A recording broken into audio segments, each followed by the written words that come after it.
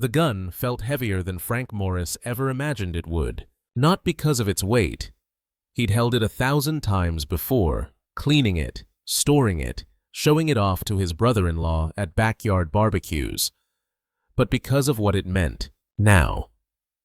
The metal was cold against his palm, slick with the sweat that had been pouring from his hands for the last 20 minutes. He sat in his car outside the studio lot, watching people stream out of the building where his wife had just filmed the episode that would destroy everything. His hands shook, his vision blurred, and somewhere deep in his chest, beneath the ribs that felt like they were caving in, his heart hammered against bone with a rhythm that sounded like her name. Vanessa. Vanessa. Vanessa. Frank hadn't always been this man, the man with murder in his eyes and a loaded weapon in his lap. He'd been the guy who coached Little League on Saturdays, who never missed a mortgage payment, who kissed his wife goodbye every morning like it was the first time. He was the kind of man who believed in second chances and honest work and the American dream. He'd built a life in Riverside, California that looked perfect from the outside.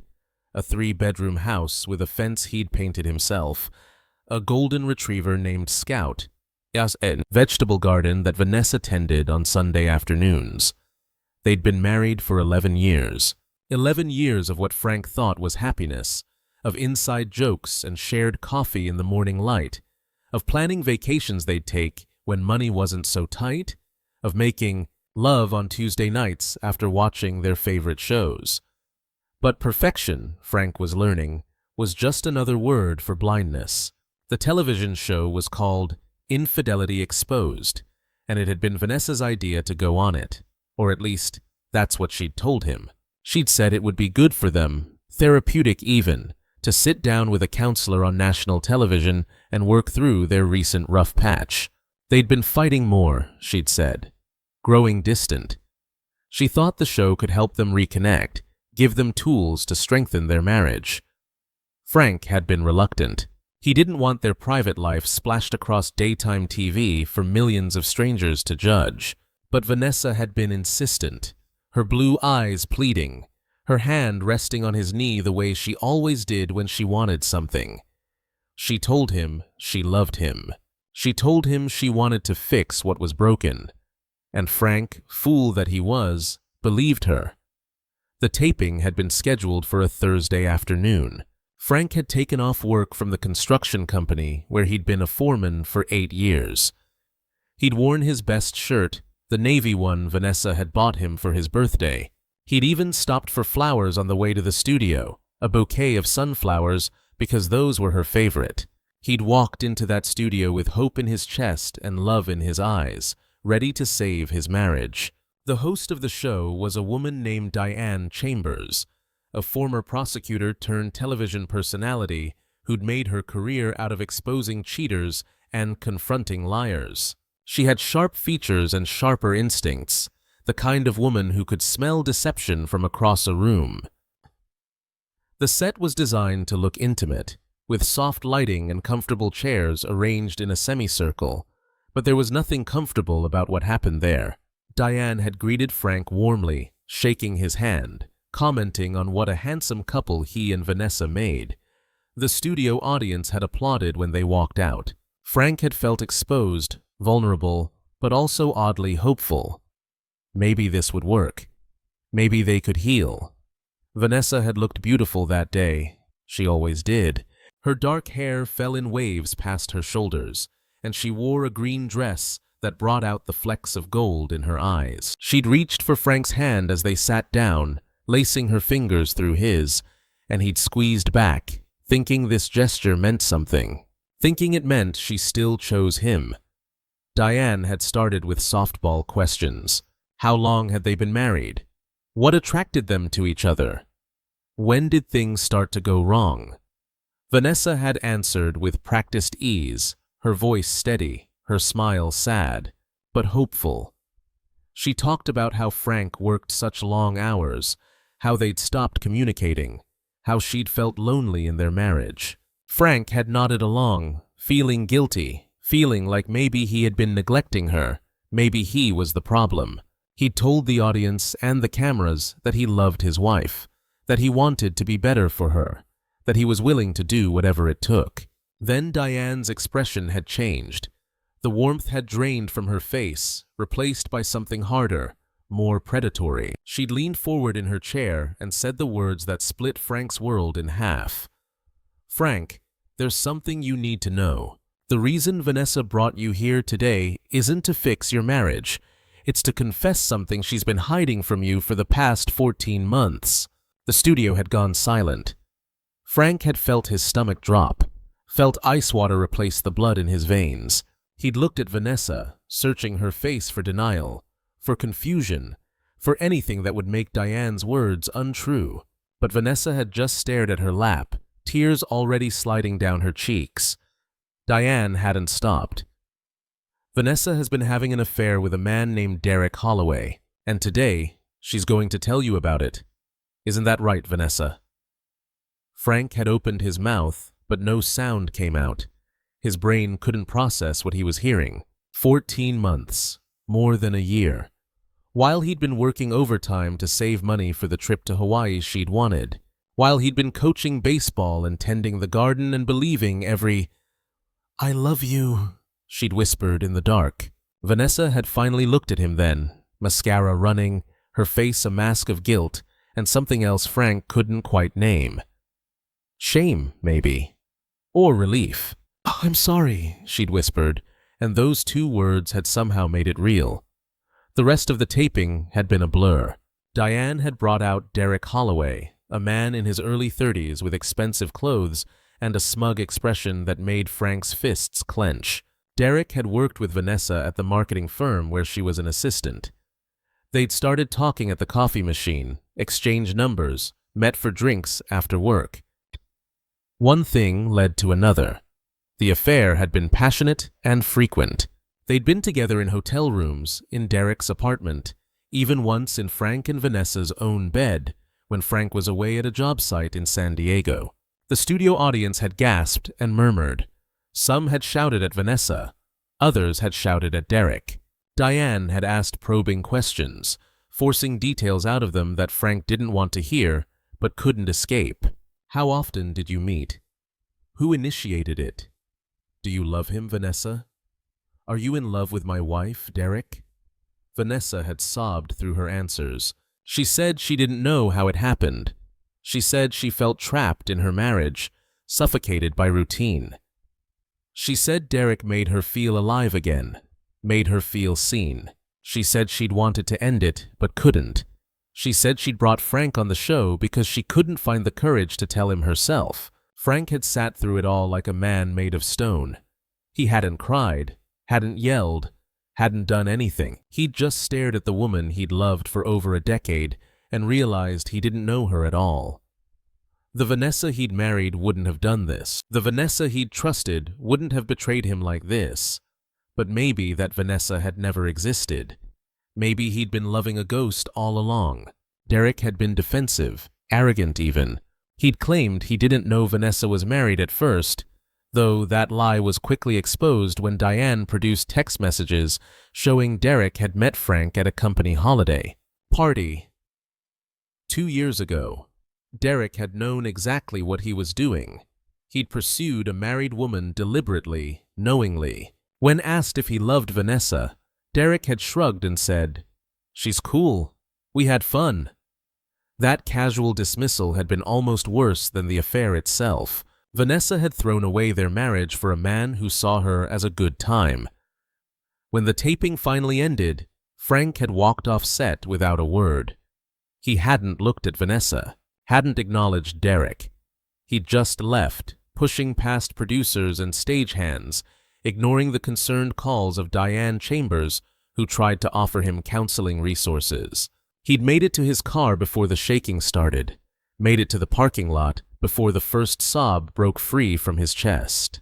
He'd driven around for hours, no destination in mind, just driving because sitting still felt impossible.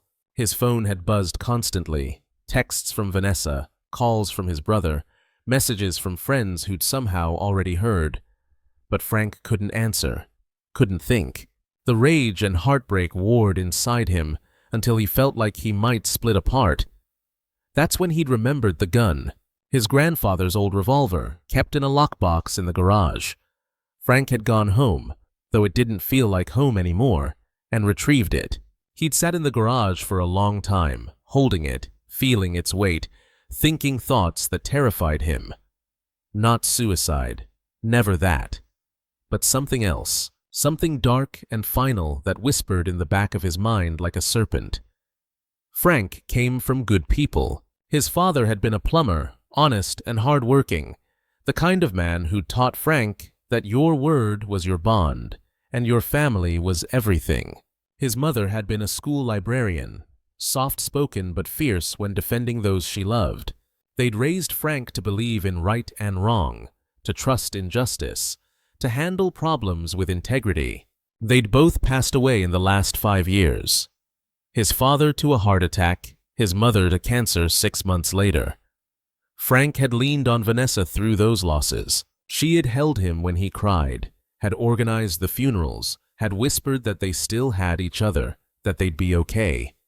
What a joke that had been. Frank's brother, David, had called him that evening. David was younger by 3 years, a software engineer in Seattle with a wife and 2 kids. He'd always looked up to Frank, had always seen him as the stable one, the together one. When David heard what happened, he'd caught the first flight to California. "Don't do anything stupid," David had said when he arrived at Frank's house near midnight. He'd found Frank in the garage, the gun now back in its box, empty beer cans scattered around him. "I know you're hurting, man, but you can't let this destroy you." Frank had looked at his brother with hollow eyes. "She was everything, Dave. Everything. And she threw it away like trash." David had sat beside him on the cold concrete floor. I know, and what she did was unforgivable. But you're better than this. You're better than whatever you're thinking." But was he? Frank wasn't so sure anymore. He'd always prided himself on being a good man, a moral man. But good men didn't have murderous thoughts, did they? Good men didn't fantasize about pulling triggers and ending lives. Yet here he was, unable to think about anything else. The next few days had passed in a haze.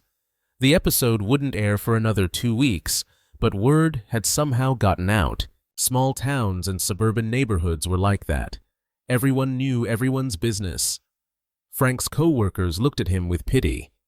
Neighbors whispered when he checked the mail. His phone kept ringing with calls from the show's producers, from Diane Chambers' assistant, from lawyers who somehow got his number and wanted to represent him in a divorce. Vanessa had tried to come home that first night. Frank had locked her out. She'd cried on the porch, begging him to let her in, to let her explain, as if there was any explanation that could make this okay. Eventually, she'd left. He'd later learned she went to stay with her sister, Jennifer, who lived in Orange County. Frank had spoken to Jennifer once. She'd called him, her voice tight with anger, not at Vanessa, but at him. "You need to forgive her," Jennifer had said. "She made a mistake. She's human. You standing on some moral high ground isn't helping anyone." Frank had laughed, a bitter sound that hurt coming out. A mistake is forgetting to pick up milk. This was a choice, 1,000 choices made over and over for 14 months. "She loves you, Frank." "No, she doesn't. If she loved me, she wouldn't have fucked another man in our bed." Jennifer had hung up after that. Frank didn't care. Derek Holloway, Frank learned, had a history. A mutual friend who worked in the same office building had filled Frank in. Derek was known as a player, a man who jumped from woman to woman with no regard for consequences. He'd been married once, years ago, and had cheated on his own wife so brazenly that she'd left him within a year. He had no children, no real responsibilities, just a nice apartment and an expensive car and an ego the size of California. He collected women like trophies, then discarded them when someone newer and shinier came along. This was the man Vanessa had chosen over Frank. This shallow, selfish, empty man. The rage that realization sparked was nuclear. Frank had started following Derek. He knew it was wrong, knew it made him no better than the stalkers and obsessed ex-husbands he'd read about in news stories. But he couldn't help himself. He needed to see this man, needed to understand what made him so special, so irresistible that Vanessa would risk everything. Derek worked at a downtown office tower. He drove a silver BMW and always parked in the same spot. He ate lunch at the same bistro 3 times a week. He went to a gym in the evenings, one of those overpriced places with floor-to-ceiling windows and trendy equipment. Frank watched from across streets, from parking garages, from his car. He watched, and he planned, and he let the darkness in his heart grow deeper. The episode aired on a Tuesday afternoon. Frank didn't watch it. He couldn't. But David did, and he called immediately after. "Jesus Christ, Frank. This is bad. This is really bad. They made you look like a victim. Vanessa and that Derek guy look like villains. The internet is losing its mind." Frank had pulled up social media, something he rarely used, and David was right. The clips from the show had gone viral. Hashtags were trending. Justice for Frank, Vanessa, the homewrecker, Derek the snake. People he'd never met were defending him, attacking Vanessa and Derek with a viciousness that was both validating and disturbing. Vanessa's Facebook page had been flooded with hateful messages. Derek's Instagram comments were full of death threats. The exposure should have felt like vindication. Instead, it just felt like salt in an open wound. Vanessa had tried to call him after the episode aired. Frank had let it go to voicemail. Her message had been frantic, desperate. "Frank, please, I know I don't deserve your forgiveness. I know what I did was terrible, but I'm being harassed. People are saying horrible things. Someone found my work address. I'm scared, Frank. Please, just talk to me." He'd deleted the message. Derek, meanwhile, seemed to be enjoying the attention. He'd posted a series of stories on social media that were equal parts defensive and defiant.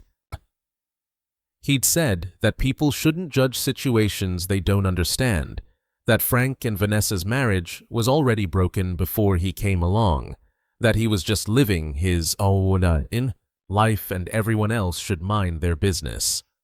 The comments on those posts had been savage. People called him scum, a homewrecker, worse. But Derek kept posting, kept responding, kept fanning the flames. It was one of those posts that pushed Frank over the edge. Derek had shared a photo of himself at a bar, drink in hand, smirking at the camera. The caption read, "Haters gonna hate, living my truth." Frank had stared at that photo for 20 minutes, living his truth, as if destroying a marriage was some kind of personal triumph, as if Frank's pain was just collateral damage in Derek's journey of self-discovery. That night, Frank had taken the gun from its box again. He'd loaded it with steady hands, and he'd decided that if Derek wanted attention, he'd give him attention. But not Derek. Not really. The rage Frank felt toward Derek was hot but abstract.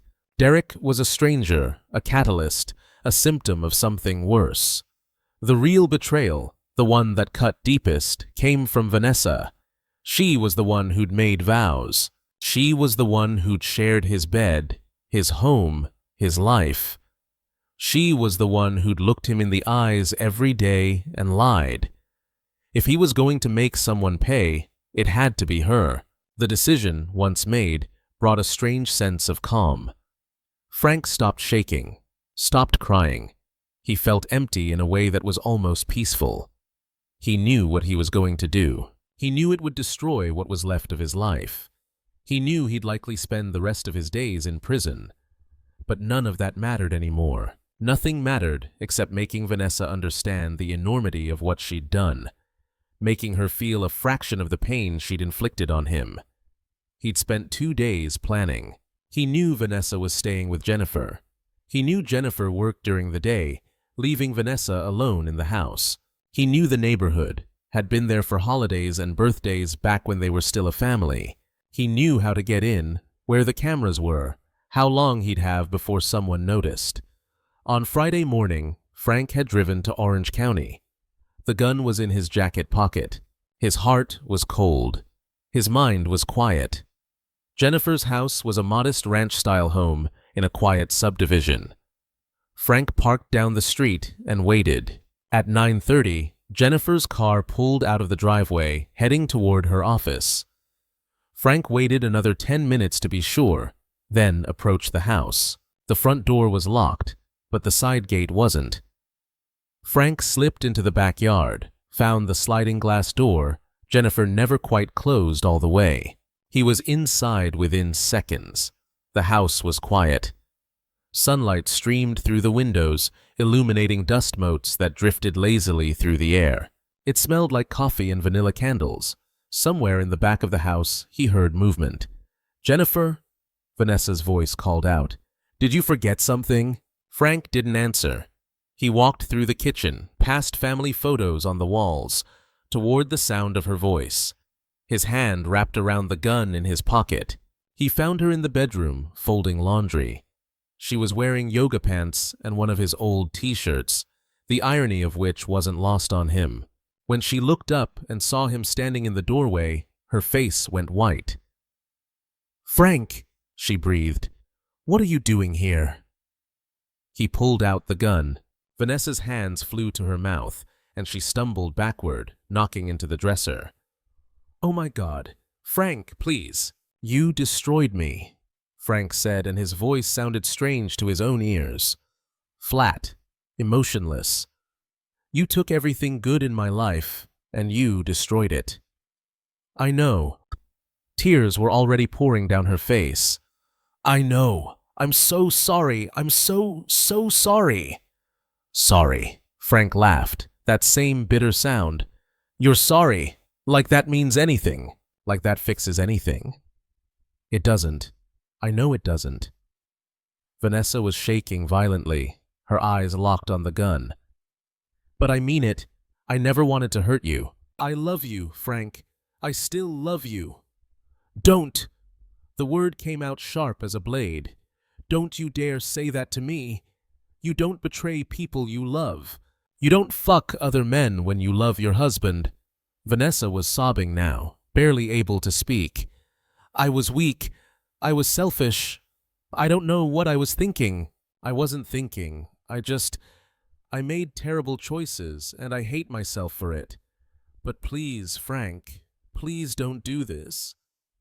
Do you know what it's like?"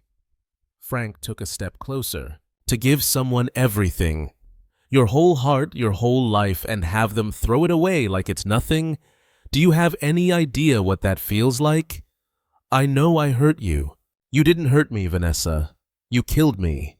The man I was, the man who loved you and trusted you, you killed him. And everyone knows about it now. The whole world watched you confess. They watched you sit there with your piece of shit boyfriend and tear me apart on television. He's not my boyfriend. It's over. I ended it. I don't want him. I want you. Because he didn't want you." The realization hit Frank like a punch. "He called you cool, said you were fun. You threw away our marriage for a man who doesn't even love you, and now that he's done with you, now you want to come back to me."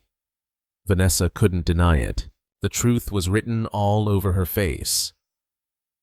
Frank felt something break inside him. The last piece of the man he'd been, the last shred of hope or mercy, shattered. He raised the gun, pointing it at the woman he'd once promised to love and cherish until death. "Frank, no!" Vanessa screamed. "Please, please, I'm begging you." His finger moved to the trigger. This was it. This was the moment. This was how his story ended, in a bedroom that wasn't his, pointing a gun at a woman he no longer recognized. But then he heard it. His father's voice, echoing from memory. "The measure of a man isn't in his anger, son. It's in what he does with it." His mother's voice followed. "Violence doesn't heal wounds. It just makes new ones." Frank's hand began to shake. The gun wavered. Vanessa saw the hesitation. "Please," she whispered, "I'm not worth it. I'm not worth throwing your life away. You're a good man, Frank. You've always been a good man. Don't let me turn you into something you're not." "You already did," Frank said, but his voice cracked. "No, not yet. You can still walk away. You can still be better than this." Could he? Frank didn't know anymore. The rage was still there, burning in his chest like acid. The urge to pull the trigger was overwhelming. She deserved this. She deserved to feel afraid, to feel small, to know what it was like to have everything ripped away. But would killing her change anything? Would it bring back the life he'd lost? Would it erase the betrayal or heal the wound in his heart? No, it would just create more pain, more victims. It would make him a murderer, make him the villain in this story instead of the victim. Frank lowered the gun. Vanessa collapsed to the floor, sobbing so hard she couldn't breathe. Relief and terror and shame poured out of her in great heaving waves. Frank stood there, the gun heavy at his side, and felt nothing. The emptiness was complete now. He wasn't angry anymore. He wasn't sad. He was just hollow. "I'm leaving," he said quietly. "I'm filing for divorce. I never want to see you again. I never want to hear your voice or speak your name. You're dead to me, Vanessa. Do you understand? You're dead." She nodded, still crying, unable to meet his eyes. Frank turned and walked out of the bedroom.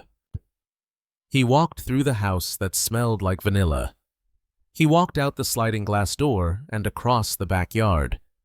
He got in his car and drove away. And he didn't look back. He drove to the beach, to a stretch of sand where he and Vanessa had walked on their second date. The sun was setting, painting the sky in shades of orange and pink. Frank stood at the edge of the water and pulled out the gun one last time. He threw it as hard as he could, watching it arc through the air before disappearing into the waves. Then he sat down in the sand and cried. He cried for his marriage. He cried for the man he'd almost become. He cried for everything he'd lost and everything he'd never get back. He cried until he had nothing left. David found him there hours later, guided by the GPS tracker in Frank's phone. He didn't say anything, just sat beside his brother in the sand. They watched the waves crash and the stars come out, and eventually David said, "You're going to be okay. It doesn't feel like it now, but you will." Frank didn't believe him, but he nodded anyway. The news of Frank's confrontation with Vanessa spread quickly. Vanessa told Jennifer, who told someone else, and soon everyone knew that Frank had shown up with a gun but hadn't pulled the trigger. The reaction was mixed. Some people called him a hero for walking away. Others called him a fool for not finishing what he started. The internet, as always, had opinions. Frank didn't care anymore. He moved through the following weeks on autopilot. He filed for divorce, hired a lawyer, started the process of untangling his life from Vanessa's. He went back to work. He stopped reading social media. He started seeing a therapist who specialized in trauma and betrayal. Slowly, painfully, he began to rebuild. The divorce was finalized 6 months later. Vanessa didn't contest it. She signed everything Frank's lawyer put in front of her. She moved out of state, Frank heard, trying to escape the notoriety the show had brought her. Derek Holloway lost his job after his employer decided his behavior reflected poorly on the company. He moved away too, to Nevada or Arizona, somewhere far from the mess he'd helped create. Frank sold the house he'd shared with Vanessa. Too many memories, too many ghosts. He moved into a small apartment closer to his work. He adopted a cat, a scruffy orange thing from the shelter that had been there so long they'd almost put it down. He named it Second Chance. David visited often, bringing his kids, trying to fill Frank's life with noise and laughter. It helped sometimes. Other times, Frank felt like he was just going through the motions, pretending to be alive. But gradually, the numbness began to fade. The wound was still there, would probably always be there, but it started to hurt less. Frank began to think about the future without feeling crushing despair. He started to believe that maybe David was right. Maybe he would be okay. A year after the taping, Frank received a letter from Diane Chambers. She'd written to apologize for the role her show had played in his trauma, to tell him she'd been inspired by his strength, by his choice not to pull the trigger. She'd included a check for $50,000. Money she said came from the network, a settlement of sorts for what they'd put him through. Frank had wanted to tear up the check, but David convinced him to cash it. "Use it to start over," David had said. "Use it to build something new." So Frank did. He took classes at the community college. He started a small contracting business. He went on a few dates, though nothing serious. He wasn't ready for that. Might never be ready. But he was trying. He was surviving. And some days, that felt like enough. The story of Frank Morris and his cheating wife became one of those viral moments that people talked about for a while, then forgot. New scandals replaced old ones. The internet moved on. But for Frank, it would never be just a story. It was his life, his pain, his crossroads. He'd come so close to becoming a killer, so close to letting Vanessa's betrayal turn him into a monster. But he'd chosen differently. He'd walked away. And that choice, more than anything else, was what saved him. On the second anniversary of the taping, Frank drove back to the beach where he'd thrown away the gun. He stood in the same spot, watching the same waves, and thought about how much had changed. He wasn't happy, not exactly, but he wasn't destroyed either. He was something in between, something undefined, a man learning to live with scars, learning to find meaning in the wreckage. As the sun set, Frank pulled out his phone and called David. "Hey," his brother answered. "Everything okay?" "Yeah," Frank said, and he almost meant it. "Yeah, I think it is." "Good. Want to grab dinner?" "Yeah, I'd like that." They made plans to meet at a diner near Frank's apartment. As Frank drove there, he passed a billboard advertising Infidelity Exposed. Diane Chambers' face stared down at him, promising to reveal more secrets, expose more lies. Frank felt a flicker of the old anger, but it passed quickly. That wasn't his life anymore. He wasn't defined by what Vanessa did, wasn't forever trapped in that studio where his world fell apart. He was Frank Morris. He was a survivor, and he was learning, day by day, how to be whole again. At the diner, David was waiting with his wife, Karen, and their kids. They greeted Frank with hugs and smiles, and for a little while, surrounded by family and warmth, he felt something close to peace. The kids chattered about school and sports. Karen told a funny story about her boss. David ribbed Frank about his terrible taste in movies. It was normal and mundane and beautiful. Later, driving home, Frank thought about Vanessa. He wondered where she was, if she ever thought about him, if she regretted what she'd done. He hoped she did. He hoped the weight of her choices haunted her the way they'd haunted him. But mostly, he just hoped he'd never have to see her again. The apartment was dark and quiet when Frank got home. Second Chance greeted him with a meow and a demand for food. Frank obliged, then settled on the couch with a beer and the TV remote. He flipped through channels aimlessly, not really watching anything. His phone buzzed. A text from a number he didn't recognize. "Hi, Frank. This is Diane Chambers. I hope this isn't intrusive, but I wanted to let you know we're doing a follow-up special on resilience and forgiveness. I'd love to have you as a guest, to tell your side of the story, show people how you've moved forward. No pressure, but I think it could be powerful. Let me know." Frank stared at the message for a long time. Another show. Another chance to revisit the worst moment of his life, to parade his pain in front of cameras and strangers. Part of him wanted to tell Diane exactly where she could shove her follow-up special. But another part, a smaller, quieter part, thought maybe it could help. Not him, He didn't need to tell his story again. But maybe someone else out there, someone standing where he'd stood, holding a gun and contemplating murder, maybe hearing Frank's story would stop them.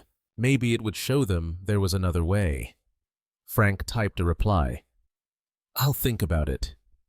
He didn't know if he'd actually do it, but he liked that he had the choice, that he wasn't frozen anymore, wasn't paralyzed by rage or grief.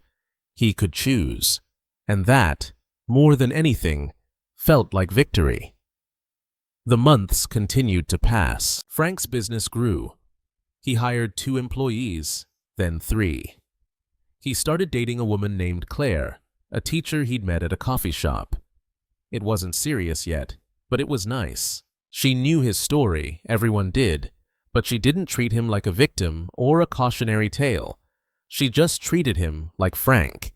One evening, as they walked through a farmer's market, Claire asked him about the gun, about that day in Jennifer's house. "What stopped you?" she asked gently. "What made you walk away?" Frank had thought about that question 1,000 times. He still didn't have a perfect answer. "I think," he started, then paused, trying to find the right words. "I think I realized that killing her wouldn't kill the pain. It would just spread it, make more victims, more broken people. And I'd spent so long being the victim in this story, I didn't want to become the villain too." Claire squeezed his hand. "That took a lot of strength." "Or weakness," Frank said. "I still don't know which." "Strength," Claire said firmly. "Definitely strength." Frank wanted to believe her. Some days he did. The follow-up special aired 8 months later. Frank had ultimately decided to participate, though he'd set strict boundaries. He wouldn't talk about Vanessa in detail, wouldn't rehash the affair. He'd only talk about his journey afterward, about choosing life over vengeance, healing over hate. Diane Chambers had honored his requests. The segment was tasteful, focused on resilience and growth. Frank spoke calmly about his darkest moments, about the gun and the beach, and the decision to throw it away. He talked about therapy and support systems and learning to forgive himself for the things he'd thought, if not for the things he'd done. The response was overwhelmingly positive. People wrote to him, sent messages of support and gratitude. Some shared their own stories of betrayal and how they'd found ways to move forward. Others thanked him for showing that strength didn't mean violence, that real courage was in choosing mercy. Frank read some of the messages, felt touched by them, then archived the rest. He didn't need the validation anymore. He'd made peace with his choices, with his past, with the jagged pieces of his broken heart. 3 years after the original taping, Frank was a different man. Not better or worse than who he'd been, just different, changed. He'd learned that betrayal didn't have to define him, that he could survive the unsurvivable. He'd learned that love and hate were 2 sides of the same coin, and that flipping from one to the other was easier than anyone wanted to admit. He'd also learned that he was stronger than he'd ever imagined, strong enough to walk away, strong enough to rebuild, strong enough to live. The scars were still there. On hard days, he still felt the knife edge of Vanessa's betrayal. He still sometimes woke up from dreams where he'd pulled the trigger, where everything ended differently. But those days were rarer now, further apart. Life had become more than just surviving. It had become actually living. Claire moved in with him that fall. They didn't talk about marriage. Frank wasn't sure he'd ever be ready for that again. But they built something good together. Something honest. She was patient with his baggage, with the nights he woke up anxious, with the moments he pulled away without meaning to. And Frank tried to be present, to be open, to not let Vanessa's ghost haunt what he had with Claire. It wasn't perfect, but it was real. And real, Frank had learned, was more valuable than perfect ever could be. On what would have been his 15th wedding anniversary with Vanessa, Frank drove to his parents' graves. He sat between their headstones and told them everything. The affair, the gun, the choice he'd made, the life he'd built after. He told them he hoped they'd be proud of him. that he'd tried to be the man they raised, even when it was hard, even when every instinct screamed for violence. The wind rustled through the cemetery trees. A bird sang somewhere nearby. Frank felt, just for a moment, like his parents were there with him, telling him they understood, they forgave, they loved him still. He left the cemetery feeling lighter than he had in years. Frank's story didn't have a fairy tale ending. He didn't completely heal. He didn't forget what Vanessa did, or stop hurting from it. He didn't become some enlightened guru who transcended pain and reached nirvana. He was just a man who'd been broken and had slowly, painstakingly, put himself back together. The cracks were still visible. The pieces didn't fit quite right, but he was whole enough, functional enough, alive enough. And on his best days, that felt like a miracle. The gun stayed at the bottom of the ocean. Frank never bought another one. He'd looked into the abyss and decided he didn't like what looked back. He'd chosen a different path, one that was harder in some ways, but ultimately more redemptive. Years later, when people asked Frank about the show, about Vanessa, about the darkest moment of his life, he had a stock answer. I was given a choice between justice and mercy, between revenge and grace. And I chose to walk away, not because she deserved mercy, but because I deserved peace. And you can't find peace by becoming the thing you hate. It was a good answer, a wise answer, and most days, Frank even believed it. But late at night, when he was alone with his thoughts, he still wondered. He wondered what his life would look like if he'd pulled the trigger. He wondered if Vanessa ever thought about him. He wondered if Derek Holloway felt any guilt at all. He wondered if the pain would ever completely fade, or if it would always be there, a dull ache in the background of his existence. He didn't have answers to those questions. Maybe there weren't any answers. Maybe some wounds just became part of who you were, woven into the fabric of your being so thoroughly that removing them would unravel you completely. Frank had learned to live with his wounds, had learned that broken things could still be beautiful, that scars told stories worth hearing. He'd learned that surviving was its own form of heroism, that choosing life every day was an act of defiance against the darkness. And he'd learned that the most powerful thing you could do in the face of betrayal wasn't to destroy the person who hurt you. It was to refuse to let them destroy you. That was Frank Morris's true crime story. Not a story of murder or violence, though it came close, but a story of a man who stood at the edge of becoming a killer and stepped back. A man who chose the harder path, the longer road, the one that led to healing instead of destruction. It wasn't the ending anyone expected. It wasn't dramatic or shocking or the kind of thing that went viral, but it was real. And in the end, that was all Frank had ever wanted. To be real, to be seen, to matter. He'd been all those things with Vanessa, or so he'd thought. Turned out, he'd been invisible, an obstacle, something to work around while she chased her own desires. But with Claire, with David, with the life he'd built from rubble, Frank finally felt seen.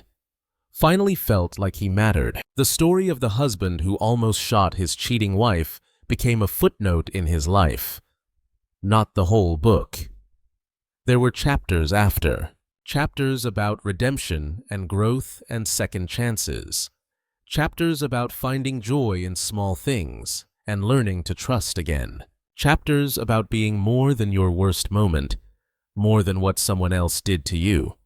Frank wrote those chapters slowly, day by day, choice by choice. Some were harder than others. Some he'd have to rewrite. But they were his, authored by him, owned by him. And that made all the difference. But they were his, authored by him, owned by him. And that made all the difference.